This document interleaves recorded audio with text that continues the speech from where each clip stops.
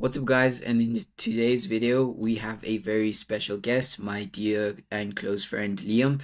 You guys may know him or may not know him, but I'm just gonna let him introduce himself and just chat more about what he's doing, what he's working on, and just share more about who he is as well. So, Liam, the floor is yours. Well, I appreciate the intro. To give myself a quick introduction, what I do is, so I'm 16 years old. I run like a business where we have two different, I guess, departments or wings of it. One of them is coaching, one of them is done for you, where we like ironically coach like other coaches, just people, info businesses in this space with like their paid ads, their content, their appointment setting, all those different mechanisms and how to like optimize those, how to scale those. And that's what we do. I've been doing this for what, 2.5, nearly 3 years. It'll be 3 years at the end of this year, which will be cool. And I've actually known Farry for like, probably a year and a half. It's been a year since we last spoke, which I didn't even realize. Now, like, I never understood because this is funny. Old people always told me that, like, when you get older, like, years go by quick, and that was a quick year. That was a very quick year, which is crazy. But that's what I've been working on right now. Our top month has been 76K. We're hoping to do 100 this month. So today was a good day. We just switched over to a new payment processor because Stripe shut us down. We did 9.2K today, which is pretty solid. And that's how like our business is going at the moment. And yeah, that was a quick introduction. I mean, bro, you're 16, like 16 already making like 70K. And that's insane for like a lot of people. And that like breaks a lot of, limiting beliefs that some people may have. I mean, you said you started 3 years ago, right? Yeah, nearly 3 years ago, 2.5. Okay. How did you get started in the online space? Like what led you to getting into the online space at such a young age?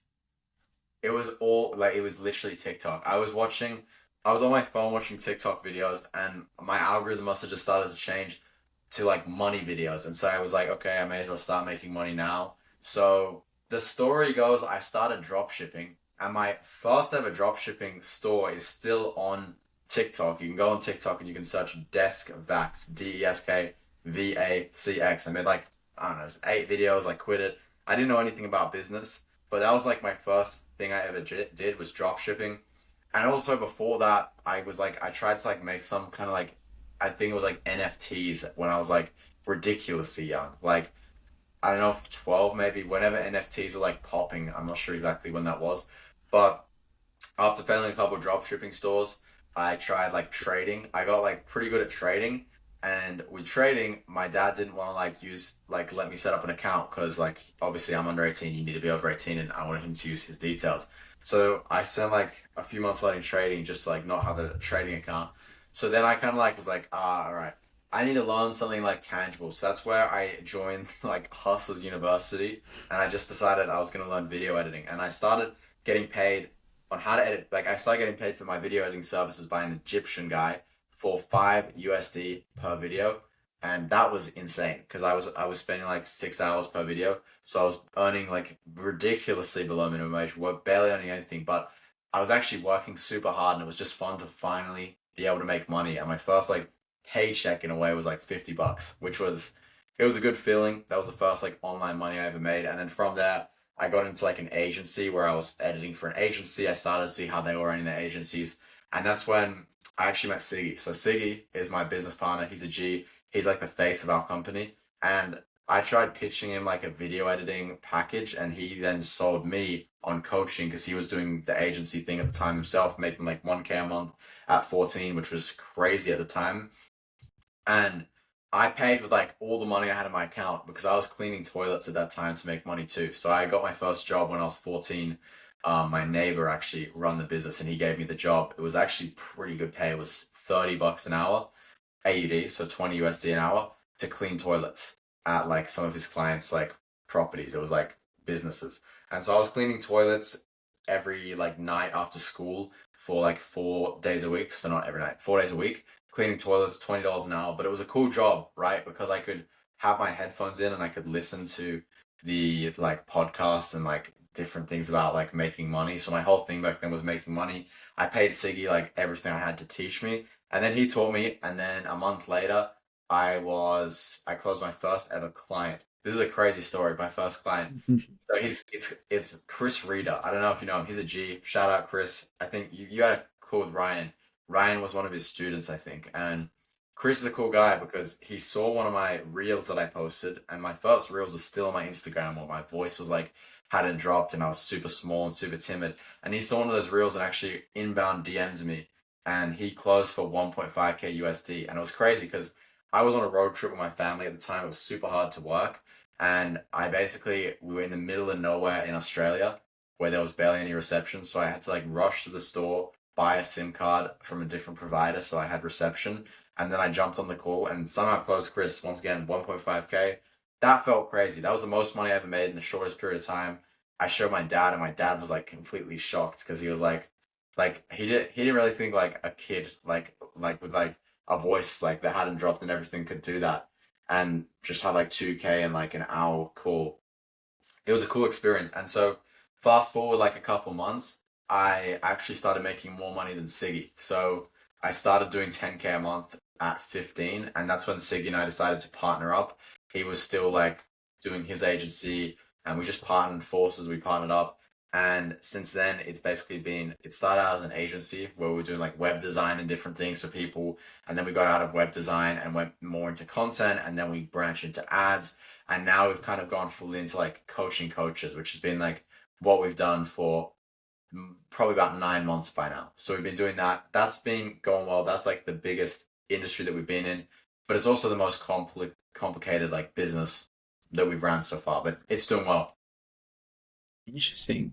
Interesting. I remember, funny chat, you say that. I'm just gonna expose you a little bit. Because I remember when we first like connected, you were trying to pitch me, and I wasn't doing content at that time. But even though like that didn't specifically work out, like I think, like our friendship or our bond from there, because I know we had like a couple calls after that. And I was just so impressed by the way that you were just, running up, the Instagram and just posting each and every single day, and I was like, bro's cooking. And then you hit your first 10K month, and I was like, bro, he's 15 and he's hitting 10K. And I was like, bro, that shattered so many limiting beliefs, specifically around like age. Because one of the things, that I thought at that specific time was like, bro, like you're 15, bro, like you cannot be doing these types of things. But you proved me wrong, bro, and that literally changed my perspective on, a lot of things. And I just want to say thank you specifically for that. And like, bro, like you've been crushing it with the info coaching. So with that, like, how did you decide to get started? I mean, you did web design and then you slightly pivoted. What led you to info coaching, basically? Coaching coaches. So I'll Yeah, I'll jump into that in a second, but interestingly, like you said, like, 15-year-old, he can't be doing all of this at 15. I had a call with a guy the other day who's like, I think he's like 15, he's actually in Sydney, and he asked me that question. He was like, bro, how do you convince people to pay you? Like, everyone thinks I'm just some 15-year-old kid. And I think the thing is, like, I don't even think that I'm a 16-year-old. Like, I don't even think that. No thought in my brain is like indicates that. I just feel like I'm just a person. Like I don't feel like I'm a 16-year-old. I just feel like I'm a person, which sounds funny to say, but that's literally like my whole mind 24/7 is business. It's learning. It's thinking about these things. And I never once like think, oh, I'm just a 16-year-old. It hasn't came across my mind forever. But going back like when I was 14, I had the craziest limiting beliefs, bro. I had the craziest limiting beliefs ever.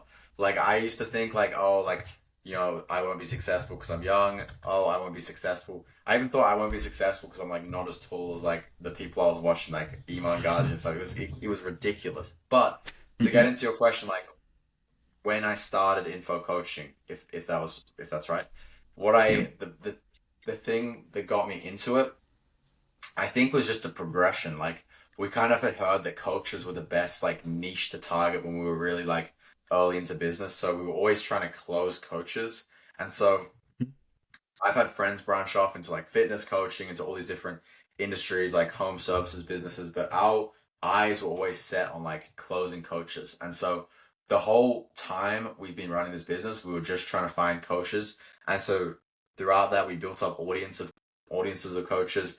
And it just kind of became inevitable that that's also like what we knew. Like we just knew like, okay, this is exactly how to scale specifically offers where you help other people make more money. That's like 95% of our client base. That's the clients I want to work with. And that's like, in my opinion, too, in info, that's probably maybe aside from health, it's either health or that's the most scalable because it's a no brainer for people, right? If you can pay 5 grand to get a course and the person in the course will tell you how to make that a month, then it's like, that's a good investment. Like it's a no brainer and you can kind of like, you can just link a direct figure to how much you put in to how much you get out. Whereas something like, I've had people in the past come to me who do like mindset coaching, for example. I had a client, Matt, where he was a mindset coach, and we ended up packaging it as real estate coaching because, like, no one in their right mind buys mindset coaching. And the problem is they have messed up mindsets. That's why they don't buy it. So it's like his solution, the thing he solves, the problem itself is too big that it actually holds people back from investing in that. So we packaged it as real estate coaching, ran that up to 10 calls a day. Ads were at $4 a DM. We were booking calls off like $90 a day and spending 10 calls a day. It was like crazy with that. And it was just packaged as a real estate offer, but the actual program itself fundamentally was mindset, and it was just using mindset and applying it to real estate. So that's been where we kind of just have developed our skill sets in scaling offers where you help people make more money. And that's like basically the story. That's how we've done it. Interesting. And do you think for you specifically that, just paying for mentorships has helped you along your journeys? Have you paid for mentorships yourself, or has it just been figuring it out all by Liam's self? No, I've paid a lot for mentorships. I've probably spent like Mhm, 50K on mentorships, and that's not even exaggerating. Like, mhm, I've spent so much money. I spent that first amount on Siggy. I spent a bunch of money on like courses on how to video edit back in the really old days. I mhm, have paid Frederick, who's one of my current mentors, like probably over 20K, just him in my time working with him, which has been like a year or two. My current main mentor actually has 15% of my business because that's like mhm, just how the value I place on like mentorship because this mhm. guy's like at 8 figures. So I wanted to kind of give him something that made sense for him. But I've spent a lot of money on mentors because it makes sense and you can place an ROI on it. But sometimes it does get a little bit nerve wracking, but it's definitely like a good play as long as they have a good reputation and everything. Interesting. And I know you said that right now you're 16. And just to touch back on what you said about, you don't even think that you're 16. I mean, for people that are just, starting out and are too scared, I mean, people in their 25 that are like 25, they also, say like, hey, I'm too young and things like that. Do you think there's a way to combat that, limiting belief, if you will? Would you call it a limiting belief, or how would you describe it? I think it's a limiting belief for sure. I think there are two ways. Like the first thing is you can just look at like people. There's probably someone younger than you doing it. Like there's probably Mhm, somewhere in the world someone younger than you who's doing it.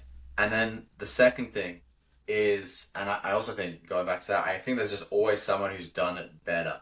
Like for me, I used to think like, oh, I'm probably like the youngest guy making the most money in Australia.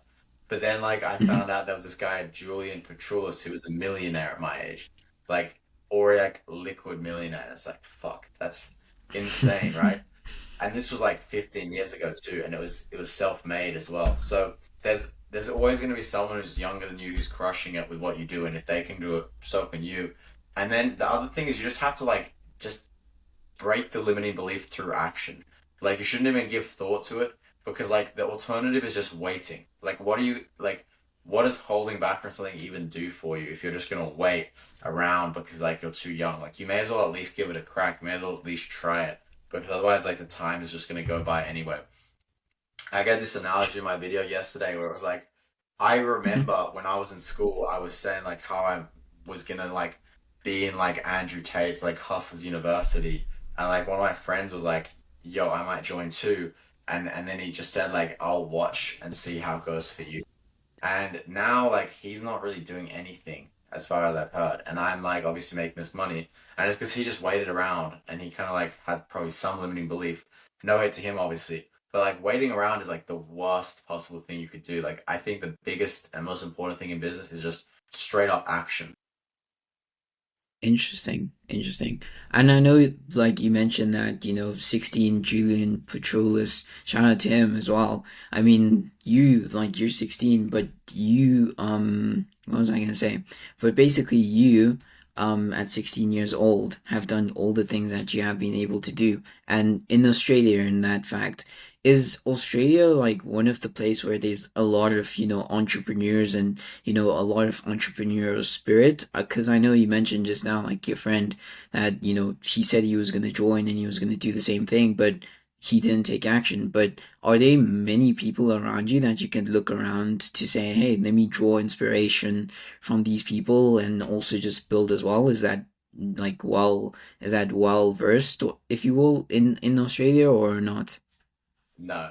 I think Australia is a really unique place because no one is really like it sounds bad to say, but there's a massive like lack of ambition here.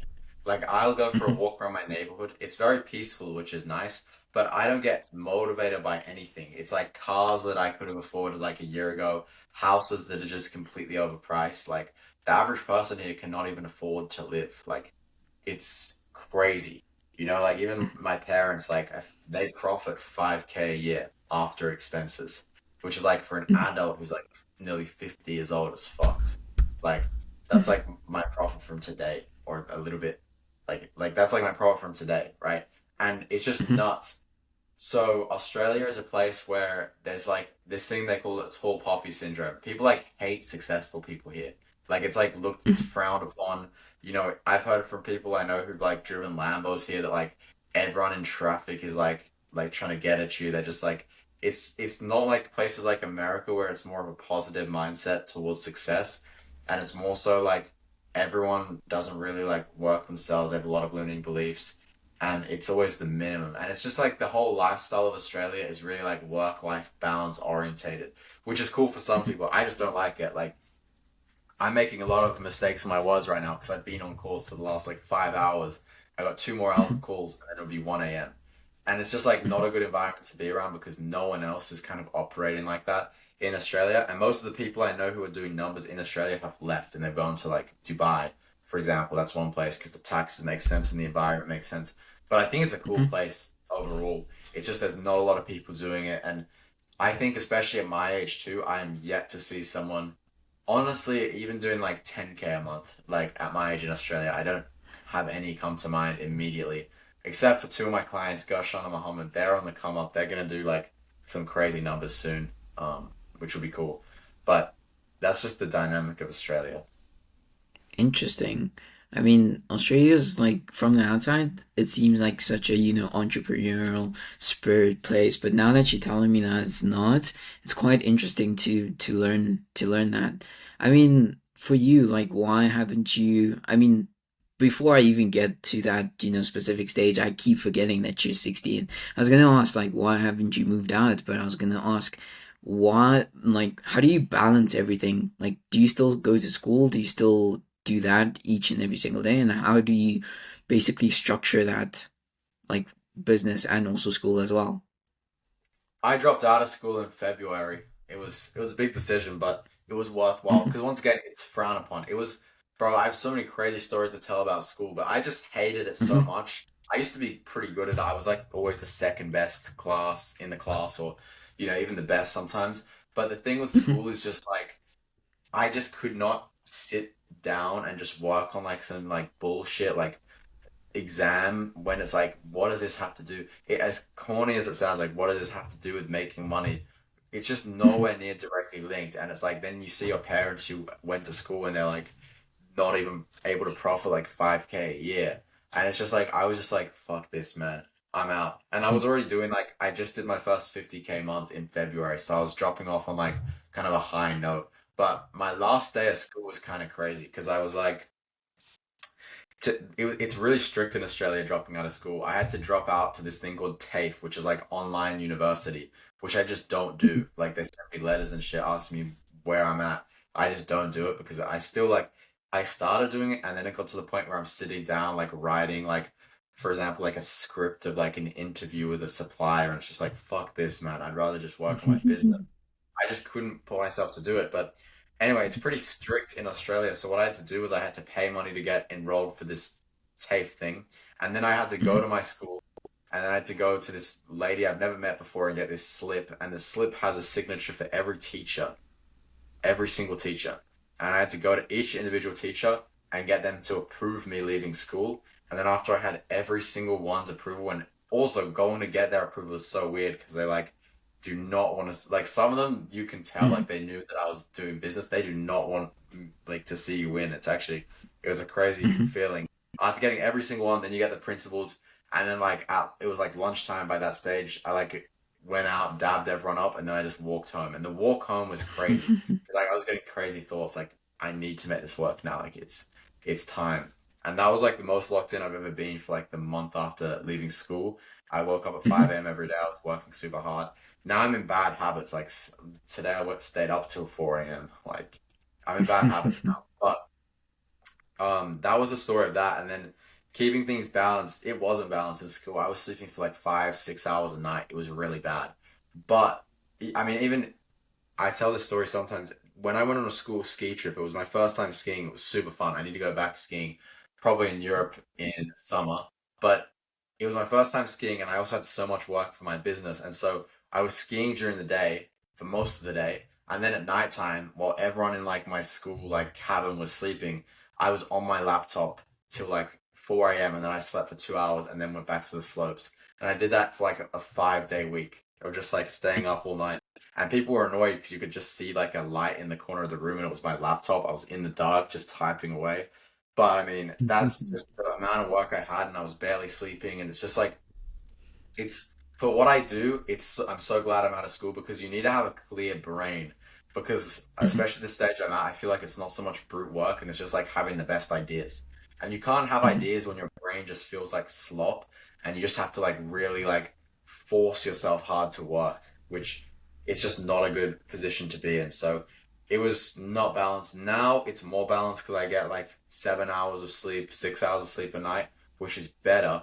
But I still don't like keep things balanced because I don't really need it for now where I'm at. But I did actually take my first like holiday, which was like the other probably about a month ago by now. Went for a holiday. It was pretty cool. Took not really time off, but it was just cool. It was like on this mountain actually in 2 hours away from Sydney, which was pretty cool.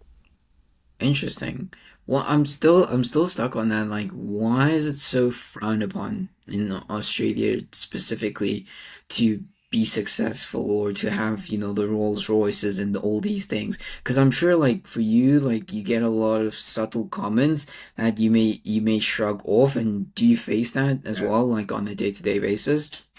Yeah, literally. Even I don't really like the thing with me is I stay insanely locked in. Like I haven't hung out with like friends in like 2 or 3 years. I have literally just stayed home and worked. But even around family, they're the same. Like as soon as they figured out I was making money, like they just people do treat you differently. Like people will make, as you said, like comments that you brush off, like, oh, Liam will pay, like like that's expensive. Like Liam could get this, like Liam could buy your car off you, or like just because like one of my cousins was selling a car, like just like comments like that, which is fine, but it just shows. I think the main thing is people don't really like believe in doing things like yourself in that regard. Like everyone thinks that you kind of just have it handed down to you and you don't like work hard to build it. And it's also just not like a place where working hard itself is frowned upon, which is crazy. Like in my opinion, working hard is literally frowned upon in Australia because it's such a chill like environment where you like wake up, you surf, you go to the beach, like have lunch, like the people here who are entrepreneurs, it's like the Bali lifestyle where like it's like you probably get a good 2 hours of work in a day, and the rest of it is just like surfing and like fluff, which is it's cool to, but it just depends on the stage that you're at. And I think that's the reason people just frown upon it. People don't want to do the work themselves. But you ask anyone, especially people who have supercars, and they're also the same thing. Like you literally like having a supercar is like a liability here. People just hate you. It's crazy. Really? But is there a lot of like crime there or not? No, it's really safe. I've never seen anything Mm-hmm. happen other than like like crackheads and like drugs and stuff. I've never seen anyone like get stabbed or get shot. Like it's pretty safe actually. But it's just like the way society operates here. It's just not Mm-hmm. really money orientated at all. Like people they very much frown upon that. It's not like America is much more capitalistic than Australia is, from what I've heard. Interesting. Because I remember watching a YouTube video, and you can correct me on this, where it was like, Australia is a very like slow pace Yeah, for like young people, but for older people, it's like perfect because like they're like much older and they're, wanting to be more comfortable. But like for you, you're young and you want to just, explore the world and you want to go to like Dubai and Europe and all those places. Is that correct to say? yeah, like I think it's a good place to settle down because don't get me wrong, aside from the ridiculous taxes, by the way, under 16s with a private company like me is 60%, it's over 60% taxes. Aside from the ridiculous Jeez. taxes, it's a nice place to settle down. Like in my opinion, because I have been only to Bali so far, it's everyone likes Bali. I'll tell you, Australia is a million times better than Bali in every way. So it's a good place to Really? settle down. Yeah, 100%. Hmm. 100%. I think the price scares people away, but it's way better than Bali. Like you can find Bali's best beach, and then you can find a random beach in Queensland, and the beach in Queensland will be 10 times better. Interesting. No, It's then I just have how it to. works. Interesting. I think a lot of people should go to Australia more. I think it's just the price thing, like you said, that scares people away. People in nowhere. And you guys have the best coffee from what I've heard as well. I hear that too, bro. I hear that too. I've only tried Australian coffee so far, but it does keep me awake. Like sometimes I'll have too much and I can't sleep at night, which is not ideal either. But like, I mean, it's a nice place. I think it's so far away that people don't want to come, and then the price scares them away, and they have everyone thinks they're gonna like get like eaten by like a spider and like die, but it's like it's actually probably I've never seen anything crazy like that happen either. Like in terms of, like everyone's like the spiders and the snakes are crazy over there. It's chill. It's really chill. Have you not seen a snake? I've Like seen just snakes, but like I've never gotten bitten by one.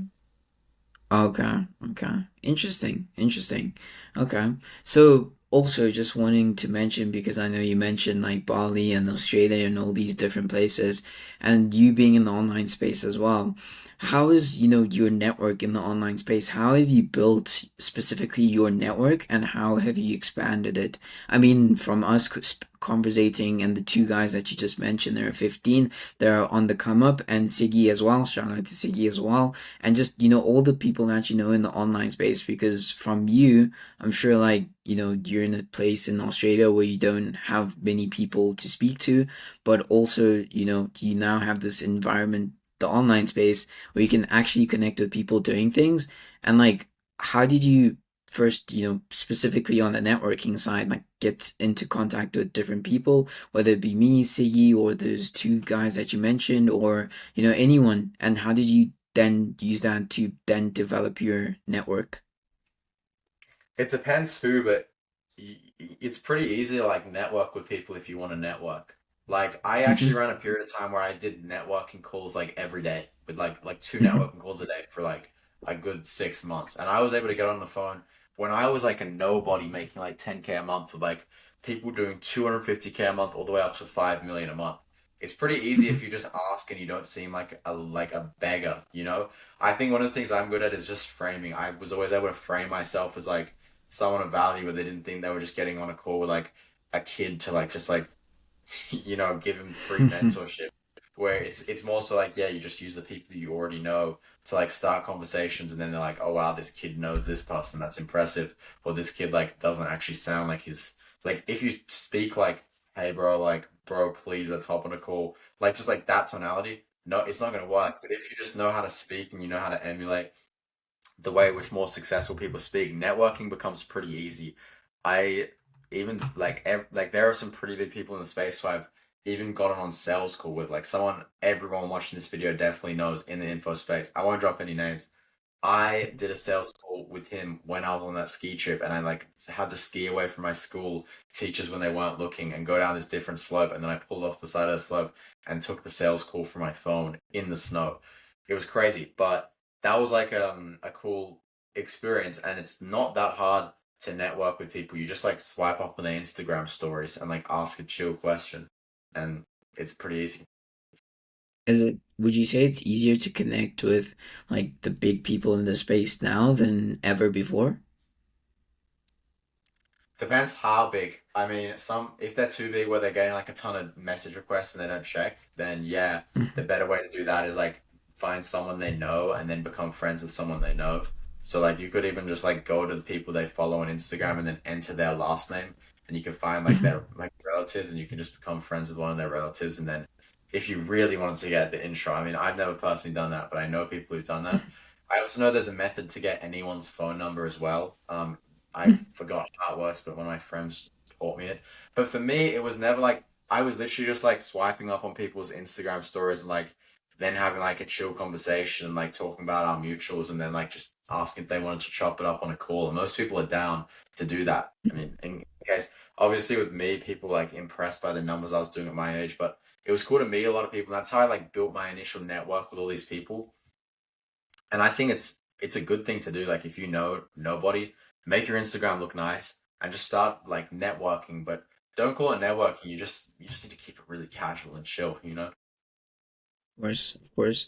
And have any of those like because when I spoke to Ryan a couple videos ago, he mentioned that, personal relationships come first and then everything else filters from that, whether it's like business partnerships or collaborations and things like that. Has, this network that you've built, has it also led into like different business relationships and collaborations and things like that that have ultimately helped you along your journey, or has it not? I think it has. Yeah, a lot of my early clients who like got me off the ground were from my network. You know, Mm-hmm. you can just reach out to people you already know and like you can sell to them. And a lot of time like it works pretty well because you already know them. And so a lot of my early clients before I had my ads going and like the personal branding and everything were literally from my network and just people I knew. So it's a good way Mm-hmm. to also close clients like just networking and depending on your ticket price, I know people who literally like just network for their client acquisition. Like they'll go to networking events, they'll go to bars. I know this guy, this Aussie guy. This is probably Mm-hmm. the biggest hustler I know from Australia. He's a G. Shout out Dylan. He's in Mm-hmm. Dubai right now though. He's my cousin's friend, and when he started his business, it was helping real estate agents in Australia. He just went on a road trip around the whole country, and every time, this is what I heard. Every time he saw like a real estate agency, he would just pull over, go inside the store, and like pitch them. And if they said no, he would just drive to the next one, pitch them, and he just went around the whole country, like basically just stopping off and pitching people. And like that's how he grew his business, just in person networking. It's I mean that's another underrated tip for everyone. Those personal relationships, like actually meeting someone, goes far deeper than, just speaking on the call. Would you agree? I agree. Yeah, 100%. It's facts. Great, great, great. And for you, I know like you're building a lot of things, but what would you say like is your number one skill set? Something that you are, wanting to be extremely good at? Because I know we spoke about this like a bit off call, like when Yeah. you were mentioning that you want to be like the best of the best at one skill set. And what is the one thing that you're good at that you can also share as well? It's just marketing and ads. Like that's the stuff I love. That's the stuff I've Mm-hmm. studied and I truly believe, especially in our info space, like where it's pretty niche, there's not too many people. I genuinely think give it like 6 months, I will be the best by a mile marketer in this space. And the reason I believe Mm-hmm. that is because like I study it way deeper than anyone else does. Like people will like buy courses and stuff, but I literally like read books by like university professors about like the human brain and like I've just taken it deeper than like ads and more about like human psychology and all these things for my personal like ads. And that's how I've gotten really good is just making it my thing. I think one of the interesting things is like people who try and make money make less money than people who try and get really good at a skill. And so when I realized that, My whole goal was just to become the best advertiser I could be. And now we're making more money. Like this guy, I was just on a call with him. Like this is the same guy who paid us 9.2K today. He Hmm. saw like one of the ads like literally a couple of days ago and already paid. Like the sales cycle is insanely short. And Hmm. I mean, hey, it's just learning a skill and getting really good at the skill is like the best way to make money by far. Interesting. So why do you like if you're taking a look at that specific example, why do you think he was able to like you've been able to shorten that sales cycle for him to just see an ad and then ultimately say, "Hey, I want to buy from these people." Because from, like I'm sure in some cases it takes a lot longer. There are longer sales cycles, but how have you been able to shorten your sales cycles? It's honestly just about like it's just having a good middle of funnel, and it's also just about Mm-hmm. volume because some people like are easy to crack, and other people like need to like be in the middle of funnel for even the type of funnel we run. Like we can have people in the Mm-hmm. middle funnel for over a year, right? But Mm-hmm. some people like they're already problem aware and they're also like solution aware, like they know the solution and they might even know the product. Like they probably know, fuck, I need to buy a mentor soon. And so it's hitting those people at the right time that then they Mm-hmm. convert quickly and having the right sales cycle to do that. So that's why every day we're posting Instagram stories with client results. That's why our reels are really on point. That's why we just hired someone for like 4K a month to do our YouTube. Well, maybe it was 4K up front to do our YouTube and then we would renew. I'm not sure what it was. It was 4K something US for our YouTube because we're just building the best middle of the funnel in the game too. Because that's how you Mm-hmm. can increase the sales cycle, increase the cash collection, increase the conversion rate of people like in the funnel, like all of the metrics are really like dictated by the middle of funnel and then obviously the bottom of funnel with closing. Interesting. And how do you nurture, like, do you have any specific strategies in terms of how you nurture that middle of funnel, like throughout, the year it may take for them to actually convert into the bottom of funnel? So with us, the whole like methodology I call is the Instagram ecosystem. So instead Mm-hmm. of it being a funnel, it's like kind of an ecosystem where it self-sustains and there's so many different aspects to nurture people. So it's like the perfect storm where everything has to be right and then it will really crush it. So one of the aspects of that is Instagram stories, putting out daily Instagram stories where, we're sharing client results, we're sharing our brand messaging. Brand messaging is like the most by far important thing that not many people even tell you about at all. Then we have like the Mm-hmm. YouTube, so putting out content on YouTube, long form to nurture people. Then after the YouTube, we have like the Reels, having good Instagram Reels to like warm people up, that nurture them, and so on. And then like also like even from setting, having good setting is really important. So we just have all those aspects and we have them super dialed in. And one of the other things I just forgot to mention was retargeting ads. We have a Mm-hmm. retargeting ad campaign with 3 ad sets, and each ad set has like 15 creatives, all testimonials. So anytime anyone enters the ecosystem, they just are hit again and again and again and again with our testimonials. So we get messages every day. You have the craziest testimonials. You have so many testimonials. And that's engineered because we just are Mm-hmm. constantly hitting people with our testimonials purposely.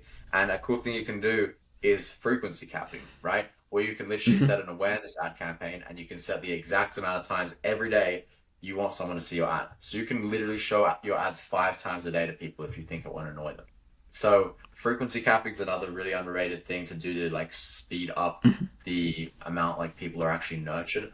But it's just about building that ecosystem and also being consistent with it. You can't be impatient with it because it's not like you're gonna succeed overnight, but it's like you're gonna succeed long term. Because if you think about it, we've been building our ecosystems for 2 years and now they're starting Mm-hmm. to pay off a lot. Realistically, in this niche, like 6 months, but that's 6 months of like real intention, like really going hard and like going after it, you know? 100%. And with that ecosystem, how did you basically come up with it? Is it just did you come up through with it through just reading those books like the ones from professors and things like that, the marketing books, or how did you basically get to build the ecosystem in the way that you have constructed it with the pillars that you have? To me, it just made sense because everyone I had invested in, I had at one point seen on social media, and I had never gone through Hmm. one of their funnels. I'd never watched a VSL or answered all these questions on like the opt-in form and booked a Calendly and then watched the post-call videos and jumped in the call to closer. I was like looking at traditional funnels and I was like, who the fuck even buys something through a funnel? Like I have never ever bought something through anyone's sales funnel ever. except that Mm-hmm. like one time I accidentally like bought something because I was like actually taking the piss out of the funnel and I accidentally bought it. But like it was like a pay on the website thing. But it's Mm-hmm. like who actually does that? So when I realized that, I was like, people just buy from people they see on social media. But the problem was that most coaches they don't have massive personal brands. So that's when I brought ads in, which was a way to predictably and consistently attract clients without having to be famous, right? And so to me, Mm-hmm. it was kind of like the thesis of like, okay, no one actually buys from funnels now. People buy from people they follow. How can we expedite and then also make that process of following someone consistent, predictable, and reliable? And then how can we like Mm-hmm. expedite the process of actually nurturing someone, which is where we have that whole ecosystem thing I just spoke about a minute ago. And then what's the best way to convert someone? Is it like a VSL where they can click off and never see you again, or is it starting a conversation by leveraging an appointment setter where they think they're speaking to you? They already have that trust, that respect for you, and it's one to one. They can't just click off because it's a conversation. And we have things like pre-recorded voice notes where we send M4A files which play just like normal voice notes, and so people think we're sending them voice notes where it's just an Mm-hmm. appointment set of drag and dropping. Like a lot of processes like that had just it's just kind of been optimized continually over time. Interesting. I mean, so many moving parts to this. If you were to explain it to me, like to your basically your that you get from first touch point to then converting into sales, how would you like say if I wanted to sign up, I'm now watching one of your ads, what do you do then? Like what's the next step that's going on the back end? This is where it's interesting. We send ads to Instagram profile so people follow Mm-hmm. because we think followers are way more important because if people follow, they're getting nurtured by the content, the stories, the YouTube, all those things. So our whole Mm-hmm. methodology is literally getting followers. Our ads get followers at about $1 each. And so then we just run Mm-hmm. ads, we get followers, we get like hundreds of followers a day depending on the client. And now that having all these followers come through, then they're in the ecosystem where then they hit with the retargeting campaign, they hit with the reels, the YouTube content, the stories, everything, even like the page setup, the highlight. And from there, that exact moment, the appointment setter reaches out to them. Whether they reply or not, they're still going to be getting nurtured over time until, like, for example, we have a lead magnet put out where then it starts a conversation. The whole objective is to start conversations. If you start conversations, it's game over. You can book people into calls, show rate super high, Mm-hmm. close rate super high. It's all personal and one to one. And so that's the exact funnel. It goes ads, ecosystem, setup. That's the Mm-hmm. funnel in a way, but I don't really like to call it a funnel because funnels in a way is just messed up. It's like you're trying to capture Mm-hmm. leads. You're trying to like what do you mean you're trying to capture a lead? The whole view and perspective of funnels is like I just don't resonate with it at all, in my honest opinion. Interesting. And what's the one KPI that you track the most? Is it is it how many? Well, you can educate me on this. What is the one key metric that you track, or if there are more, you can just let me know. Share it as that. There are two. The first one is the cost Mm-hmm. per follow, and then the second one is the qualified percentage. If the cost per Mm-hmm. follow is between the 1 to 5 range, it's good. And if the qualified rate is above 20%, it's good. Those are Why the two why metrics. why those specific benchmarks? Is it something that you've worked out, or is it just industry standards? It's the standards after running it for a ton of people, and it's also the Mm-hmm. metrics where it makes the most sense to run. Usually, when you dip below $1, the quality is really bad. When you go above five, it's just super hard to scale, and the ads are usually shit. And so Mm-hmm. like usually the rule of thumb is like if it's like a lower cost per follow, then it's like the qualified rate's probably lower. But once again, it's just about maths. You just have to Mm-hmm. mathematically make sure it makes sense. If the cost per follow is above five, the creative is like dead. The lead quality is realistically going to be bad, and you just need to make new ad creatives. But we've seen a lot Mm-hmm. of other factors go into it. Running on boosted reel versus running on ads manager. Boosted reel outperforms ads manager by literally like double from our tests. Same thing as like advantage plus versus manual Mm-hmm. targeting. It kind of varies on the business, but we've seen by just switching between the two, like once again, a 2x in performance. So it's kind of about testing for your business too. But those are the two metrics that are most important in my eyes.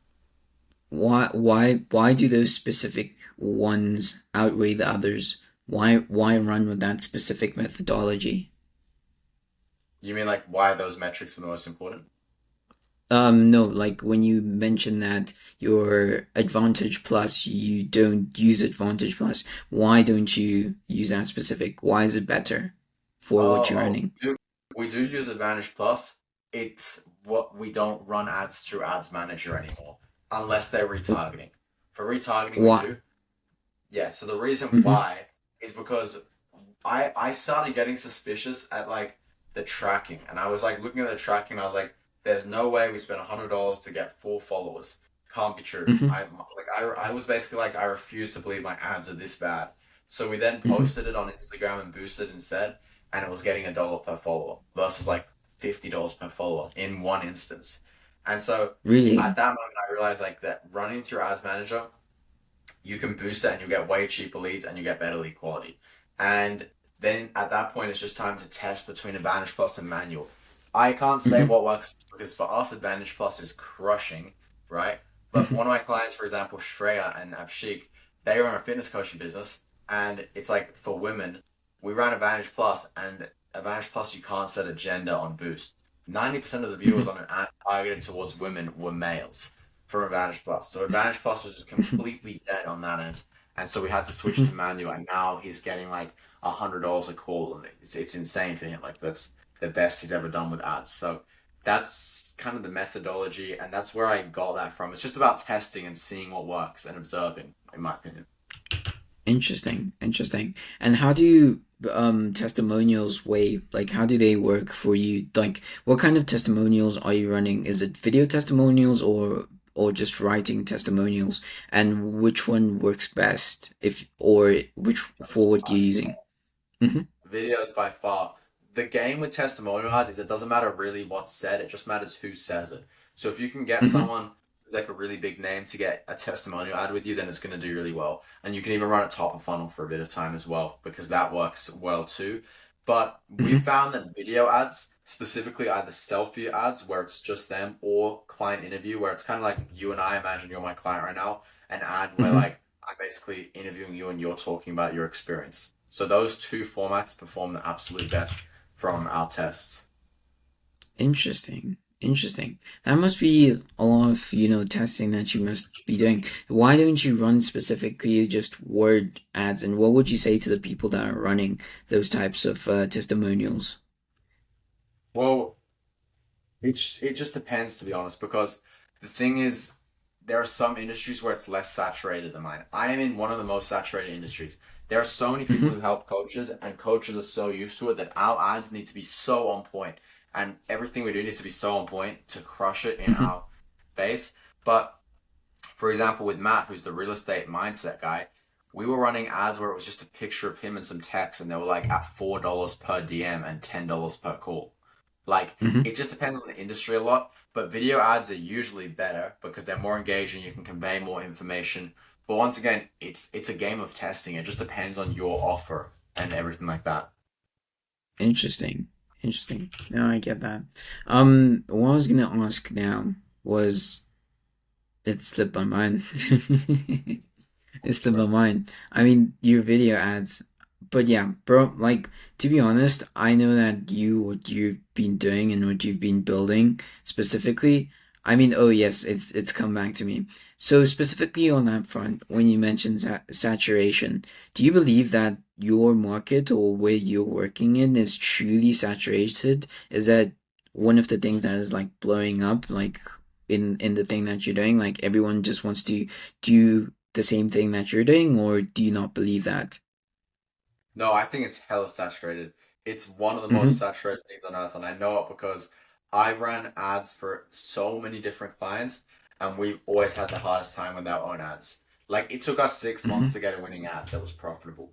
And that's just because it's like there's an insane amount of depth we have to go into to make successful Mm-hmm. ads in what we do. Because there are so many coaches who have just been burned before by people, or they've seen so many other people before, and it's usually just like one person takes all, and that's what we're working to do. We're working to be the one person, and it is a very saturated niche what we do right now. But it's fine. Saturated means there's a lot of demand.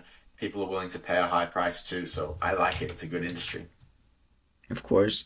And I'm sure like one of the main ideas that I have from, just hearing what you're saying is that, and one thing that you're doing as well is that through saturation, the person that goes the deepest, like what you've mentioned, like going through Harvard books and reading those, marketing books as well, is going to show that you have a lot more depth because a lot of people are probably just going to come in and they're going to say, hey, let's just run ads and then just do surface level stuff.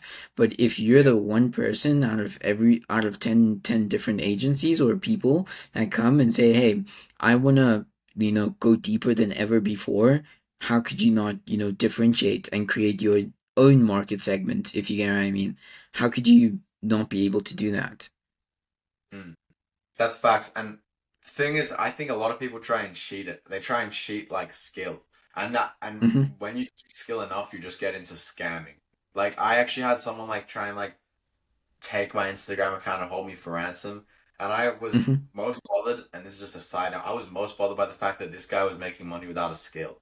Like Mm-hmm. it's the dumbest thing ever. Like, yeah, I want to make money, but I don't want to learn a skill. And so, people who don't want to get good at a specific skill, then you're not going to make much money because the skill is what makes you money. Like, the skill is like the axe to like chop the trees down to get wood and then sell the wood, right? So, with True. these people, it's like if you get the pendulum is like if you get to not wanting to learn a skill enough, then you're basically just a scammer. Like, you're just scamming people, you're not giving them a good service and so, not only do you service your clients the best if you just like learn how to actually do these things and how to actually deepen your knowledge and get the best, but if you really perfect your skill set, then that's how you'll be like the number one. Of course. Of course. And I like to say, sorry? I was gonna say the other thing is just being consistent and doing it over time. True. Consistency compounds. And one of the things that, like I like to say, like for me personally, is that if you're the most valuable person in the room or in the world, why wouldn't opportunities come to you? Like you see Elon Musk, you see Jeff Bezos, you see all these guys that are like super valuable and their perceived value is super, super high. If you're like as valuable as them, like how could opportunities not come your way, and how could you not differentiate as well? And I just, that's just my personal thoughts on that. I agree. I agree.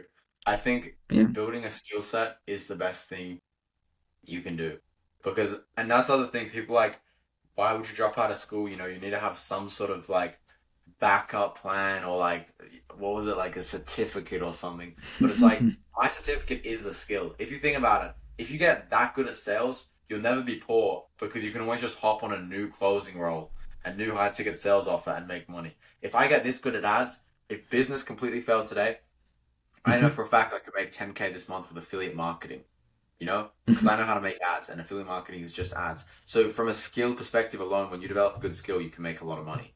Like I literally guarantee you, if this ever failed, I could make 10K in a week, in like a month, my first month of affiliate marketing, even though I've never done it before, just because I have the skill Of set or anything to do with course, marketing. It's just of course. how it works. Course, those transferable skills that you get from doing one thing and you transfer it into a completely different industry, like, bro, that is unmatched, especially with the skill sets that you're also learning and gaining at your age, bro. I think it's only gonna serve you better because people are always gonna need sales, and we're in the business of, making sales and, speaking to a lot more people, and I think, that is never gonna that's never gonna go away. Like even with the rise of AI, I'm just personally thinking that like people still gonna want to speak to people, and that human Yeah. connection's always gonna be there. So if you're the best at sales and you don't have a backup plan or anything like that, you're ultimately always gonna have that skill, and that skill will always bring opportunities. And yeah, basically that. I think yeah, that's so true. And with like I see people doing like AI like sales things. I think that'll Hmm. only work for B2C where people don't know they're speaking to AI. I think as soon as people clock on that it's AI they're speaking to, it always like devalues it. Well, definitely devalues it. It just makes people not value it as much because it's not a human. And it's like, why should Hmm. I like answer an AI's questions? I could just hang up. It's not a real person. Like, there, I think B2B it's still going to be a people's business for a really long time. I don't think AI will like really take that over because no one in this market who is sophisticated is going to want to like talk to an AI on a sales call and like sit for an hour with an AI getting sold something. Like it just would never happen. Never. Sure, sure. How many times have you picked up those robotic phone calls and actually continue the conversation? Yeah, I never have. And like same thing with like you can tell like if someone's appointment setter is AI, like Mm-hmm. you can just tell, bro. And I don't know about you, I use ChatGPT for everything every day. So I've developed like a Mm-hmm. ChatGPT sense where I can read something and I can tell if it's ChatGPT or not. I can read like work someone's done. I'll be like, if I read a sentence of what like an employee has done and I can tell it's ChatGPT, I just tell them to redo it. Because ChatGPT, yeah, Mm-hmm. it's good, but for what I do for ads, it's nowhere near as good as it should be for ads. Like it's actually terrible with ads. It just cannot even get near what I can do with ads. And so like if I read something AI, I can detect it instantly. And most people who are like in the space we're in who are like sophisticated can also detect Mm-hmm. it. Sure, sure. The most obvious giveaway is that dash. That dash Yeah, is the the long most dash. obvious. That, bro, I personally started using it. Like I was using that dash, and then everyone started saying like, "Oh, it's AI." Then I just stopped using it because I was like, "Hey, like no one's gonna think like my writing's my writing." But yeah, No, fun I know, fact. but it's also just the word choices. Like that Hmm. ChatGPT uses words humans would never use, bro. Never, Like like you would what? never like.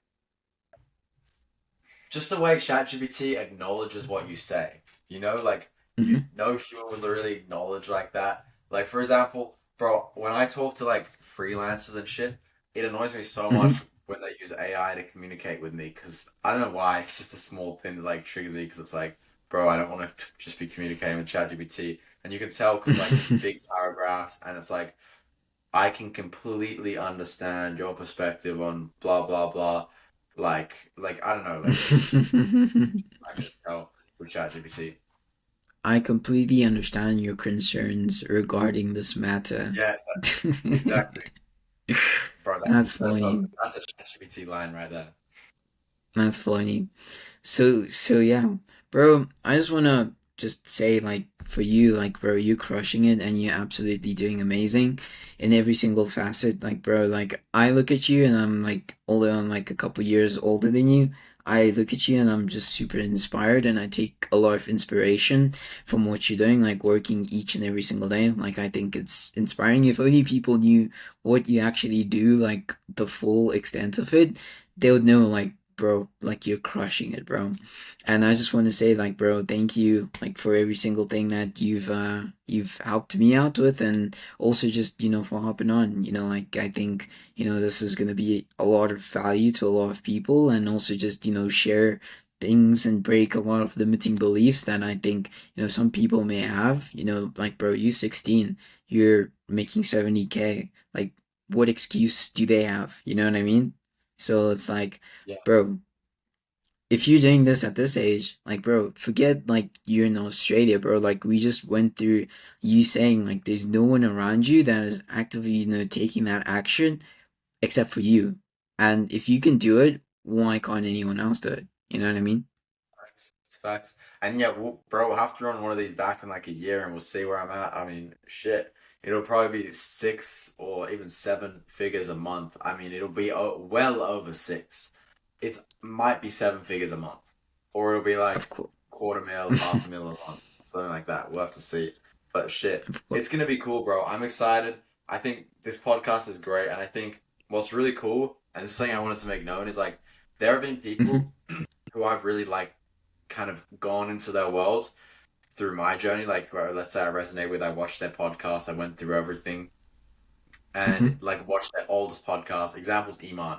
Like, I've watched every single podcast Iman has ever been on, and so I think in the future, bro, people will do the same for me. And so, if anyone's watching this podcast right now, years in the future, who's probably seen me, I don't know where I'll be at, but it's a cool thing. Like, just to think, maybe someone's seen a podcast that was published in like 2030 and they've gone back and they've binge watched every single podcast and they've now landed on this one what we're talking about info and 70K a month. It's cool. Shout out to you if that's you. But I know for a fact that it will happen if I continue on the trajectory. And same thing with you, bro. I think you're killing it. I think people should definitely like check out your channel. I'll post this on my channel too. I'll link yours because the shit you're doing, it's cool. Check out the podcast with Farry and Ryan as well because that was a good podcast from what I've heard. And then daily videos. Hey, he's on the daily video grind as well, posting on YouTube every day. Which, by the way, bro, how have you found it? Going and posting on YouTube every single day. It's been, bro, like it's been one of those things that, has shaped a lot of my proof of thought. Like one of the most important things, that I've personally, like have, 10x in my life was saying, hey, like I want to upload videos and then just sitting on it and just procrastinating and saying, hey, I want each and every single moving part. I want the script to be, Yeah, perfect and all these things. But now it's just like, bro, like I'm just gonna do it, bro. Like if I feel like I want to do something, if I want to make a video, I'll just crack on my camera and just press record because then I have to do it. Just take that action, which is the same thing that we've been speaking about, and using these hundred day videos as somewhat of our proof of thought, as like our decision logs to say, hey, this is how we're actively thinking through solutions. This is how we're actively failing in terms of how we're thinking through things, and also just showing that, hey, we're doing XYZ, it's working and it's not working, because into the future, like the team that we're gonna onboard and stuff like that is only gonna watch those videos and just absorb that knowledge, which is only just gonna feed into the machine that we're gonna be building into the future. So for that, I'm super excited in that sense. 100%. That sounds exciting, bro. And I'm also excited to see what you've been cooking up with obviously I won't leak it, but what you've told me you're working on at the moment, which is I think that's such a sick idea. I'll probably have to check it out myself when it comes out because I think that's a revolutionary idea. So good shit. Of course. Of course. Thank you, bro. And do you have any final words or final comments that you want to just share with you or your future self if you were watching this 5, 10 years from now? I mean, it's a good question. The thing is, I will probably be insanely shocked with where I am because Hmm. that's like if my goal was to make 10K a month by 18, and I'm not even 17 yet, and I've obviously done 76K. So who knows, Hmm. bro? In 10 years, I could be a billionaire. I could be a billionaire, and after that, I just don't even know with the rate things are going, and like I don't want to be like obviously super just like ridiculous with my expectations, but I do think if my future self is watching it, I would just probably be, I would love to see where he's at, and I would probably be excited to see that and also shocked. But I guess time will tell. We'll see. Awesome. Love that. Bro, it's been an absolute pleasure to have you on and to for you to share what you're building and how you're going to be moving into the future. And I hope to make a part 2 of this, of you and I just 100%. chatting sometime in the near future, because I know it's going to be super valuable and we're going to be in different stages than we are right now. But it's going to be exciting, and I'm excited, bro. And I'm super excited. 100%. 100%, bro. Yeah. Yeah, it's been a good podcast. It's been great. And yeah, let's run one of these back in like a year or even less. Because obviously this last year did go pretty quick. I can't believe it. So, bro, let's run that up. Crush it with what you've been working on as well. And I mean, yeah, everyone watching, make sure to subscribe to both of us. And yeah, you'll be getting some daily videos, which are really helpful. 100%. And Liam's social links will be in the description, so you guys don't have to worry about it. Just click the first links in the description, and you'll be able to see Liam's channel and follow him on his journey and what he's building as well. So yeah, if you guys have any questions, make sure to leave a comment, subscribe, and I will see you guys in the next video. Let's do